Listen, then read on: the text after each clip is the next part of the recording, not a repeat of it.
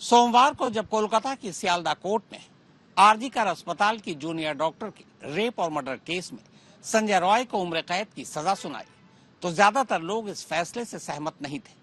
लोगों का मानना था कि संजय रॉय को इस मामले में कम से कम फांसी की सजा मिलेगी, लेकिन फैसला सुनाने वाले जज की दलील कुछ और थी। उनका कहना था कि ये केस रेयरेस्ट ऑफ रेयर की कैटेगरी में नहीं आता है।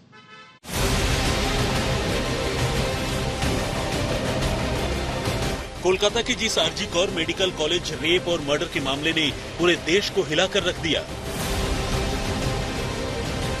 जिस मामले में पीड़ित डॉक्टर के दर्द को महसूस करते हुए पूरे देश भर में धरना प्रदर्शन की शुरुआत हो गई,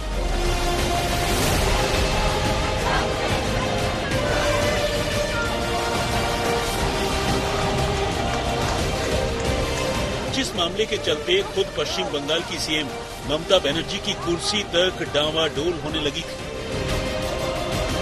उसी मामले में जब फैसला आया तो उम्मीद के बिल्कुल उलट था। असल में ज्यादातर लोगों को ये लगा था कि शायद निर्भया केस की तरह ही इस मामले में भी कोर्ट डॉक्टर के साथ रेप और मर्डर के दोषी संजय रॉय को फांसी की सजा देगा, लेकिन कोर्ट ने ऐसा नहीं किया और उसे उम्र कैद की सजा सुनाई। कोर्ट ने उसे दोषी तो माना, लेकिन कहा कि उसने जो अपराध किया है उसके लिए उसे पूरी उम्र सलाखों के पीछे रहना चाहिए। अब सवाल यह है कि आखिर संजय रॉय को फांसी क्यों नहीं हुई, वो भी तब जब कोर्ट में उसके खिलाफ कई पुख्ता सबूत पेश किए गए। मौकाए वारदात और मकतूल डॉक्टर के शरीर में मिले नमूनों से संजय रॉय का डीएनए मैच कर गया। मौके से उसका टूटा हुआ ब्लूटूथ नेक बैंड भी मिला, जो उसके मोबाइल फोन से पेयर हो गया। इसके अलावा सीसीटीवी फुटेज में वो आधी रात अस्पताल के अंदर जाता हुआ और ठीक वारदात की संभावित टाइमिंग के बाद अस्पताल से बाहर आता हुआ भी दिख रहा है। और तो और जब पुलिस ने संजय रॉय को गिरफ्तार किया तो उसके कपड़ों और जूतों से भी खून के धब्बे बरामद हुए, जो पीड़ित डॉक्टर के खून से मेल खाते थे। इस मामले में अदालत में कुल 200 गवाहों के बयान दर्ज किए गए। तो फिर सवाल यह है कि इतने मजबूत सबूतों के बावजूद उसे मौत की सजा क्यों नहीं हुई? तो आइए आज इसका जवाब जानते हैं। असल में कोर्ट ने इस केस को रेयरेस्ट ऑफ द रेयर की श्रेणी में नहीं रखा। बचाव पक्ष के वकील का कहना था कि ऐसा नहीं है कि संजय रॉय में अब सुधार की कोई गुंजाइश नहीं बची है।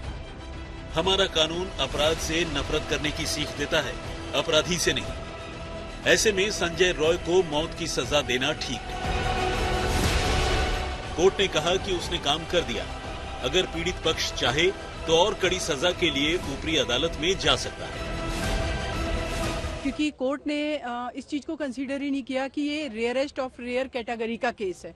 पूरे देश ने देखा उनकी जो पोस्टमार्टम रिपोर्ट है, जिस बेटी की कॉलर बोन तोड़ दी गई, जिनकी आंखों से ब्लड आया, जिनके बॉडी को रेप करके एक तरीके से उनके 2 पैरों को किस तरीके से डैमेज किया गया, बहुत ब्रूटल तरीके से मर्डर किया गया उनका। ये पोस्टमार्टम रिपोर्ट ही कह रही थी कि करीब 13-14 से ज़्यादा इंजरीज थी, और जो कि बहुत इस तरीके की इंजरी थी वो कि कोई एक ह्यूमन बीइंग कर ही नहीं सकता। तो फिर रेयरेस्ट ऑफ रेयर केस में क्या चाहिए? क्या हर केस निर्भया की तरह होना चाहिए? और निर्भया केस भी रेयरेस्ट ऑफ रेयर कैटेगरी का अगर केस था तो ये केस भी उससे कम नहीं था। तो पता नहीं कोर्ट का क्या ऑब्जर्वेशन था, आई डोंट नो, लेकिन मुझे जो लग रहा है कि वो जस्टिस नहीं हुआ इस बेटी के साथ। दूसरी, सीबीआई ने ही अपनी चार्जशीट में इस चीज को क्लियर किया है कि ये जो क्राइम है ये सिर्फ ये मेन अक्यूज है, लेकिन इसके पीछे और भी लोग हो सकते हैं। तो फिर ये जस्टिस तो अनकम्प्लीट है कि जो आपने जिसको मेन अक्यूज बनाया उसको आपने लाइफ इम्प्रिजनमेंट से कन्विक्ट कर दिया, एंड जो अदर अक्यूज हैं उनका तो पता ही नहीं है कि वो कहाँ पर हैं। तो कहाँ इसको क्या हम जस्टिस कहेंगे? मैं तो बिल्कुल भी सेटिस्फाई नहीं हूँ और बिल्कुल भी मैं खुश नहीं हूँ इस चीज़ से कि उस बेटी को जस्टिस मिला है।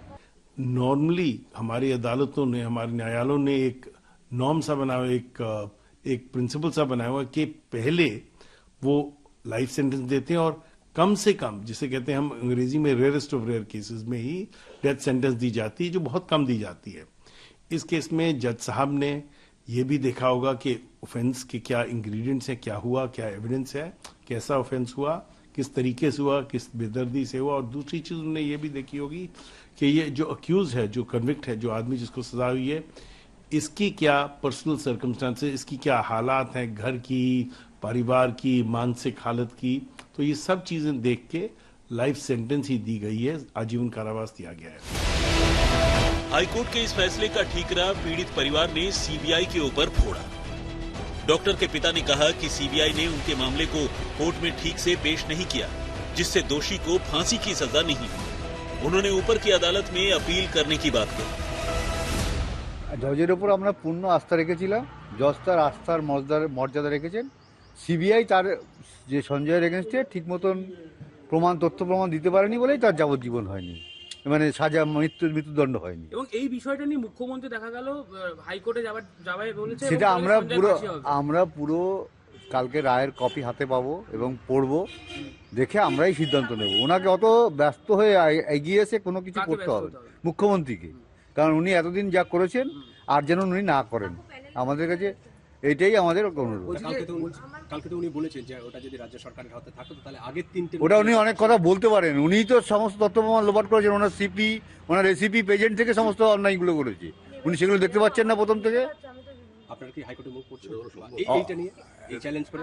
আমরা বললাম তো রায়ের কপি আমাদের কাছে হাতে আসুক, আমরা আগে দেখি বিষয়টা কি জজ বলেছেন, তারপরে আমরা সিদ্ধান্ত নেব। कोलकाता के आरजी कौर अस्पताल में 8 और 9 अगस्त 2024 की रात को एक डॉक्टर के साथ रेप और मर्डर की वारदात हुई। सोमवार को सियालदह की अदालत ने इस मामले में दोषी को आजीवन कारावास की सजा दी। राजेश साहा के साथ आज तक ब्यूरो।